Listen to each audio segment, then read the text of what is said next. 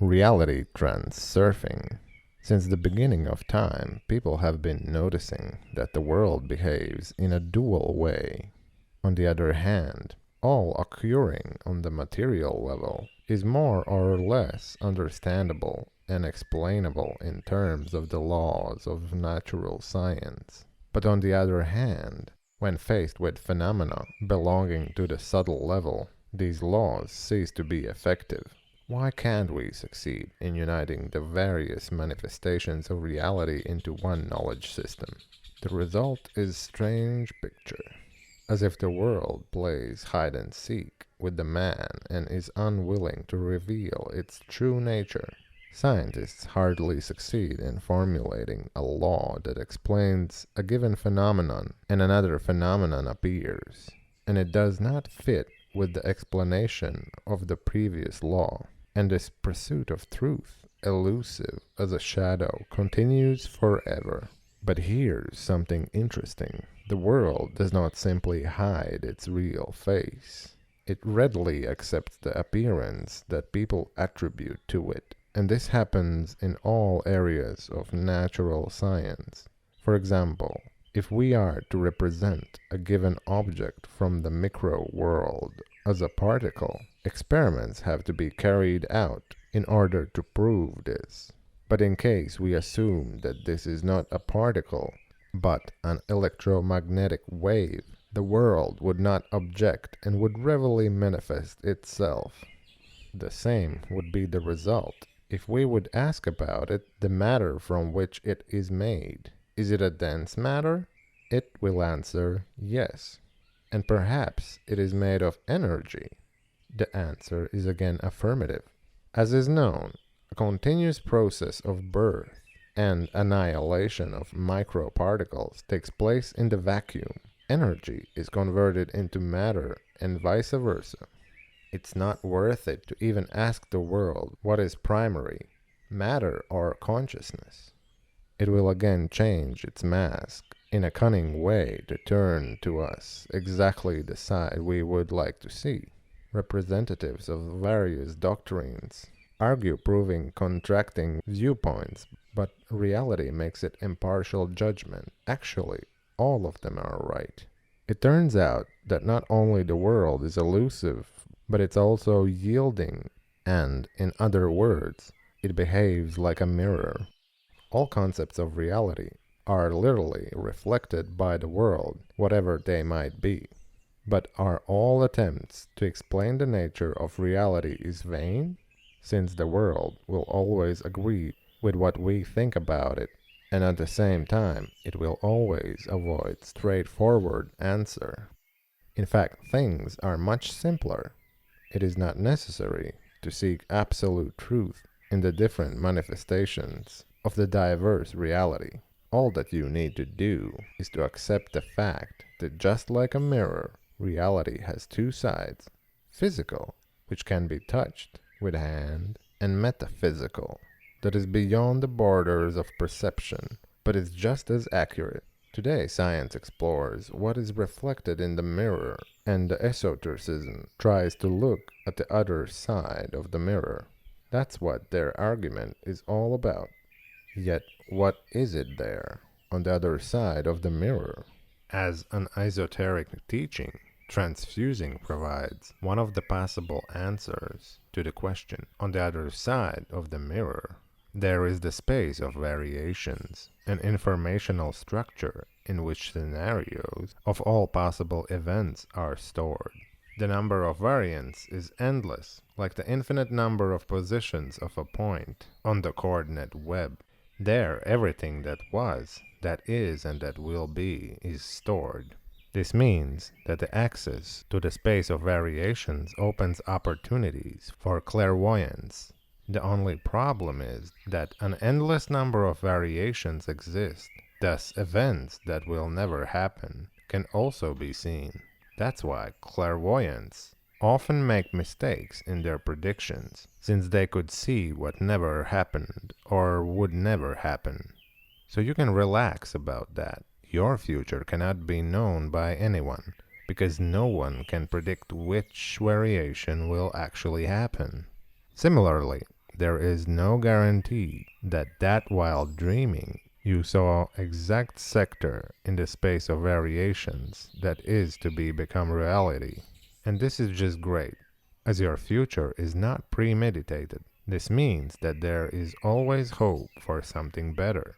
The goal of transfusing is not to remember the past with regret and to wait for tomorrow in fear, but to consciously form your reality. At first, it is hard to believe that. Where is located the space of variations? Is such a thing even possible? From the viewpoint of our three-dimensional perception, it is located everywhere and at the same time nowhere. It might be beyond borders of the visible universe, or it might be located inside your cup of coffee. In any case, it is not in the third dimension. The paradox is that all of us go there every night. Dreams are not an illusion at all. People carelessly categorize them as fantasies, without suspecting that they reflect real events that might happen in the past or in the future. It is known that while dreaming, one can witness pictures that seem to belong to a world other than ours. And it is absolutely clear that such a thing is nowhere to be seen. If the dream is some sort of imagination of reality generated by our own brain, then where do all these unimaginable pictures and stories come from? If we assume that everything conscious in the human psyche belongs to the mind and the subconsciousness to the soul, it can be stated that the dream is the soul's flight in the space of variations. The mind does not invent the dreams. The mind really sees them. The soul has direct access to informational field where all scenarios and decors can be found stationary, like frames from a movie roll film. The time phenomenon manifests itself only when movie roll film is moving. The mind is an observer and granter of ideas. Memory also is directly related to the space of variations. It's already proven that the brain is not physically able to store all the information one accumulates through his entire life. Then how does it manage to remember it? The answer is that the brain stores not the information itself, but something similar to addresses pointing to the data in the space of variations. People don't remember anything from their past lives, because when the physical body dies, the addresses are destroyed, but under certain conditions they can be restored. The mind is not able to create anything that is principally new. The mind can only construct a new version of a house using old bricks. All the material for the scientific discoveries and the masterpieces of art is provided to the mind from within the space of variations with the help of the soul. And again, clairvoyance and intuitive knowledge come from there. Einstein wrote that breakthroughs in science are not done through the way of logic. Barely later, in the process of their representation, they are dressed in a logical form. Even the smallest discovery is always a revelation. The result comes from outside and is completely unexpected, as if someone hinted it to you. The space of variations should not be mixed with the famous concept of common informational field, in which data can be transmitted from one object to another. The space of variations is a stationary matrix, a structure defining everything that could happen in our world. And also, if we put up simultaneous experience of the two sides of reality, a physical and a metaphysical one, the picture of the world becomes clearer. When those two aspects of reality touch each other on the surface of the mirror, phenomena occur that are related either to phenomenal or to unexplained events. Example of such a touch of the two sides of reality is wave-particle duality, when a micro-object behaves both as a wave and a particle. Yet we, the living beings, combining both materialistic and spiritual characteristics, represent the most amazing example. In a sense, we live on a surface of a giant dual mirror, on the one side of which is situated our material universe, and on the other is situated the black infinity of the space of variations. Since we are situated in such a unique position, we would be the least sophisticated to live within the frames of the common world viewpoint, and to use only one side of reality, the physical one. The thought power of a person, under given circumstances, is capable of materializing one or another sector of the space of variations, while being in the state, which transfusing names of the union of the mind and soul, an incredible magical power is created. The external intention. Everything which we traditionally refer to magic has direct relation to the external intention. With the help of that great power, the ancient magicians built the Egypt pyramids and created similar wonders. We call the intention external because it is located outside the person and thus is not under the control of the mind. It is true that in certain state of consciousness, one can gain access to it. When we submit the power force to our will, we will be able to do amazing things. Modern people, though, have long ago lost their capabilities, while inhabitants of ancient civilizations, such as Atlantis, used to wield them. Parts of the ancient knowledge have reached us today in form of esoteric teachings and practices unrelated to each other. It's too hard to use these teachings in everyday life. Despite of the difficult practical realization, the secret to mastering the external intent lies on the surface. The key to revealing it lies in the phenomenon, which is known as lucid dreaming. During usual dreaming, the events happen independently from the will of the mind. Until the dreamers realize they are sleeping, they aren't able to control what is happening in the dream. One is completely in the power of the unconscious dreaming. It just happens to him, her. But once one realizes that this is a dream, incredible capabilities are uncovered. In a conscious dream, anything can be accomplished. You can control events with power of your intentions, and can do unusual things like flying. The ability to control dreams appears when in your dream you realize the reality. On that step of awareness, one has a bearing point, the reality one can return to after awakening. Reality, in its turn, also resembles an unconscious dream. One is in the power of circumstances, and life just happens to him or her.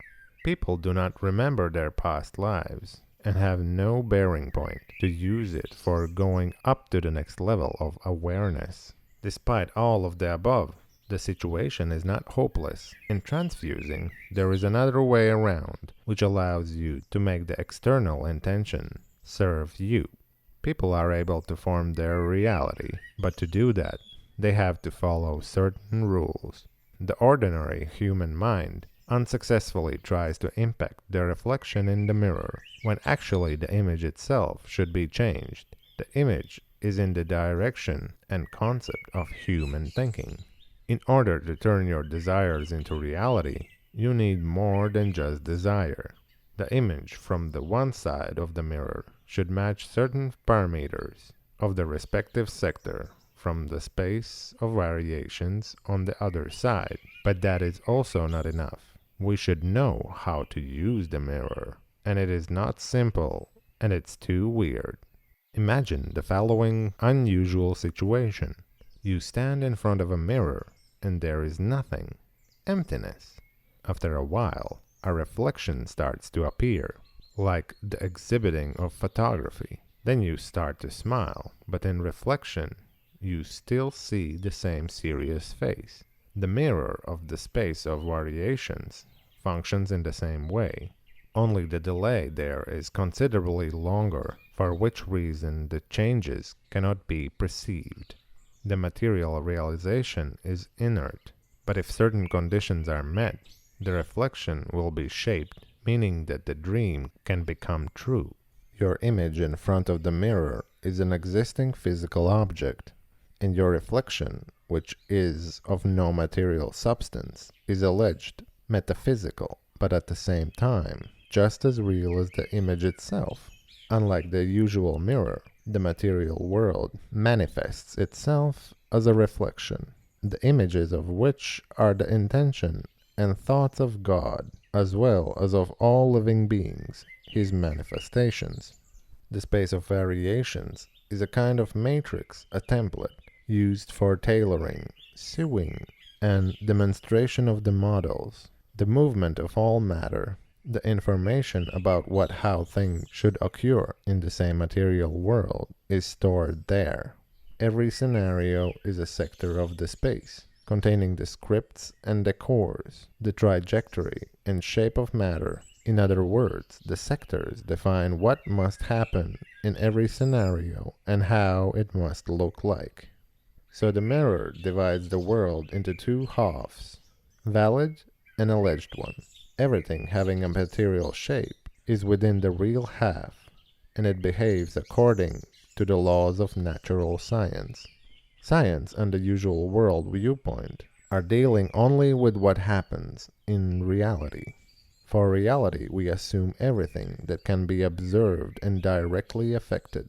If we reject the metaphysical side of reality, and we only consider the material world, the actions of living beings, including the human beings, will be brought down to a primitive movement within the frame of internal intention. With its help, the goal is achieved through direct influence on the surrounding world.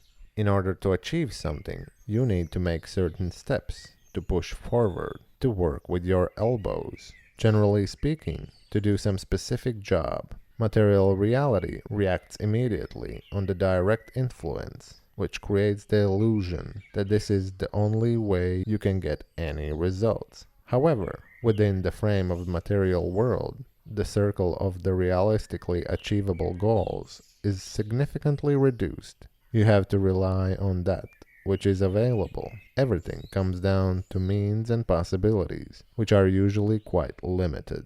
In this world, absolutely everything is penetrated from the spirit of rivalry. Too many people want to achieve the same things, and within the frames of their internal intent, of course, there will not be enough for everybody. Besides, where are the conditions and circumstances going to come from? In order to achieve the goal, they can only come from the space of variations.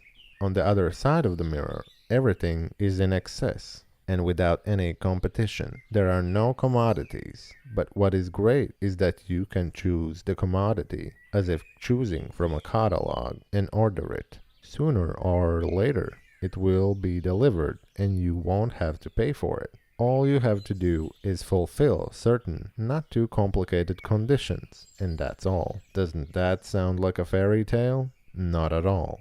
Thought power does not disappear without any trace. It is capable of materializing that sector from the space of variations, which has parameters conforming to the material broadcast. It just seems to us that all existing things in our world are a result of the interaction of material objects.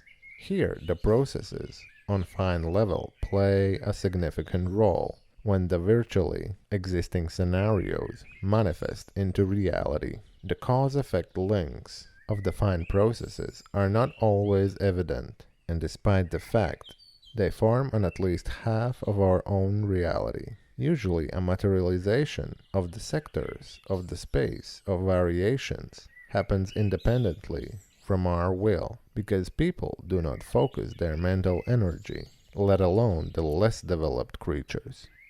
People have landed in real life, and they walk in a store with empty shelves, reaching out to commodities that have the sold out label.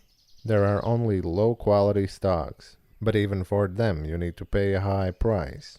And instead of just looking at the catalog and ordering, people jump into chaotic search, wait in endless lines with all strength to try to skin through the crowd and quarrel with customers and sellers alike. Despite that the objects of desire still don't fall into one's hands, and the problems keep increasing. Such a tragic reality is the firstborn in the consciousness and gradually materializes itself and transitions into reality.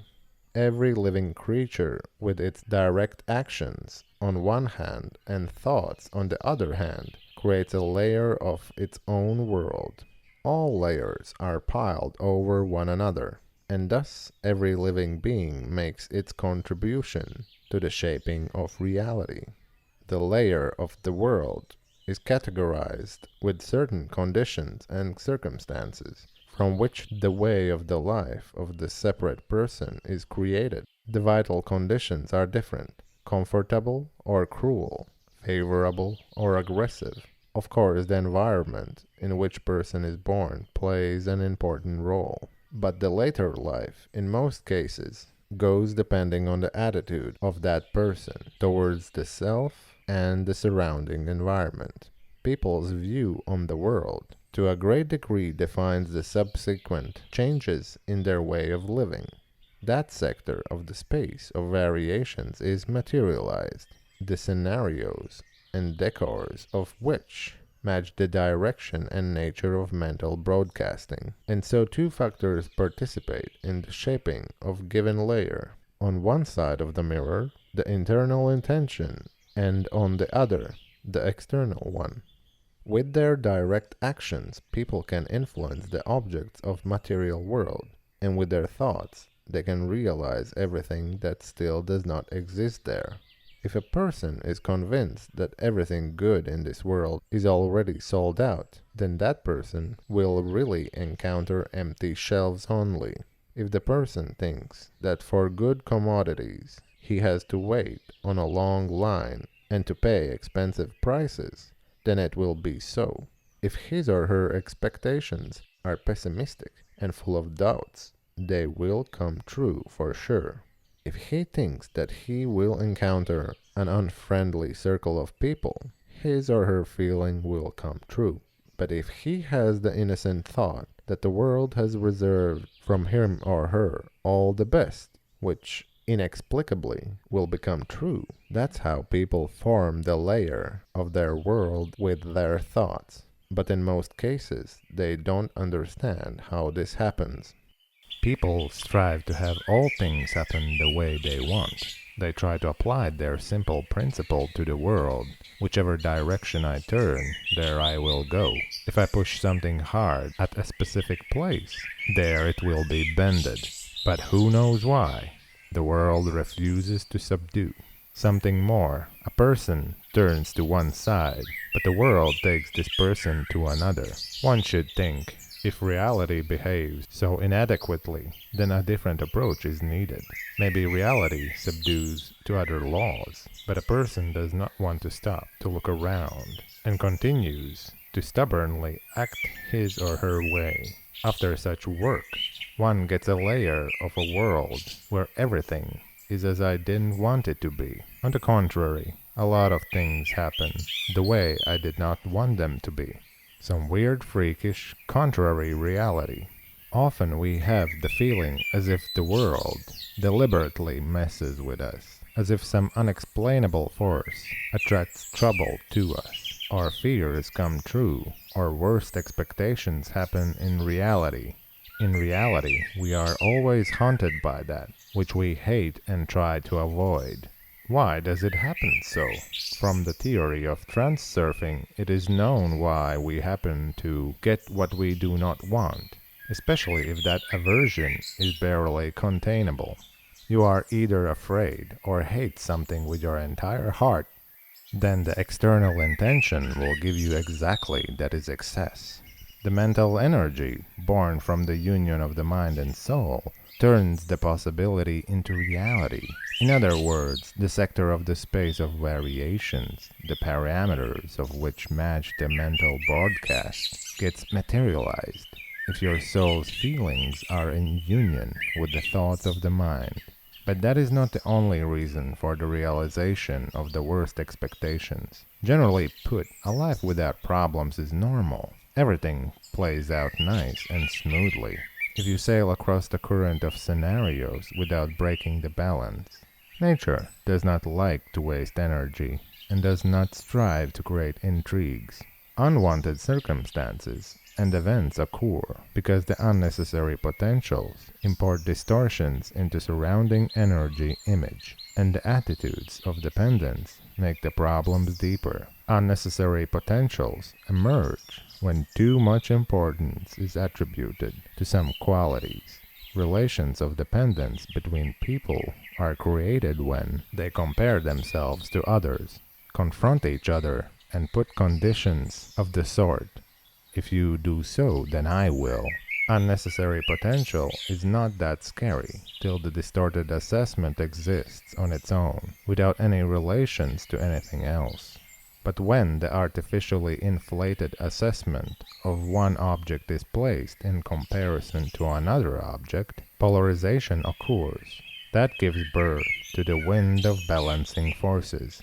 They strive to remove the emerged polarization, and in most cases, their action is directed against the creator of the distortion. Here are a few examples of potentials without a relation. I love you. I love myself. I hate you. I feel disgusted from myself. I'm good. You're bad. Such assessments are not based on contradictions. Here are examples of potentials emerged from relations of dependence. I love you if you love me. I love myself because I stand above you all. You are bad because I'm better. I don't like myself because I am the worst of all people. You're disgusting because you are not like me. The difference between the first group and the second one is very significant. The assessments based on comparison lead to polarization. The balancing forces remove this non-uniformity by colliding the opposites, the same way the opposite sides of a magnet attract each other. That's why troubles enter our lives so insistently, and as if on purpose. For instance, married couples seemingly consist of two incompatible personalities, which are made, as if, to punish each other. In different teams, there will always be at least one person who will annoy you. The laws of Murphy are one of the same nature. Polarization twists the energy image and gives birth to the wind of the balancing forces, as a consequence of which the reality is mirrored inadequately, as if by a cracked mirror. One does not understand that this occurs because he distorts the balance and tries to fight the surrounding world instead of removing the polarization. And all you have to do is simply to follow the basic rule of transurfing. Allow yourself to be yourself, and allow others to be themselves. You must let go of the world, lose your grip. The more you stick to your desires and your pretensions, the more powerful is the magnet that attracts everything opposite. What literally happens, you have grasped the world by its throat, and the world resists, trying to break free. Pushing it and insisting is pointless. The situation will only worsen. Instead, you have to consciously change your attitude towards the situation according to the Transurfing rule. By itself, the existence of the law of treachery is too weird. Don't you agree?